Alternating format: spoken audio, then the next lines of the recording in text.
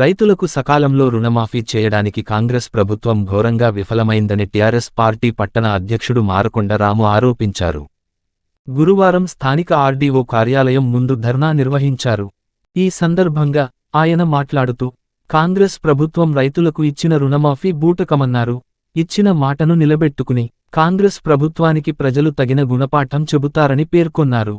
ఎన్నికల సమయంలో కల్లబొల్లి మాటలు చెప్పి గద్దెనెక్కిన కాంగ్రెస్ ప్రభుత్వానికి దగ్గర రోజులు పడ్డాయని అన్నారు. రైతులకు పూర్తిస్థాయిలో రుణమాఫీ చేయాలని డిమాండ్ చేశారు. ఈ కార్యక్రమంలో నాయకులు, మాజీ డీసీసీబీ చైర్మన్ రామకృష్ణారెడ్డి, పలువురు కార్యకర్తలు తదితరులు పాల్గొన్నారు. గారు కూడా పత్రికాముఖంగా సవాల్ విసిరిరు. ఎక్కడికైనా సరే, కొండారెడ్డి పల్లికైనా సరే, ఏ విలేజ్కైనా సరే, ఎక్కడికైనా సరే మేము రావడానికి సిద్ధంగా ఉన్నాం. మీరు రండి, రుణమైపోయిందని చెప్పి రైతులను అడుగుదాం.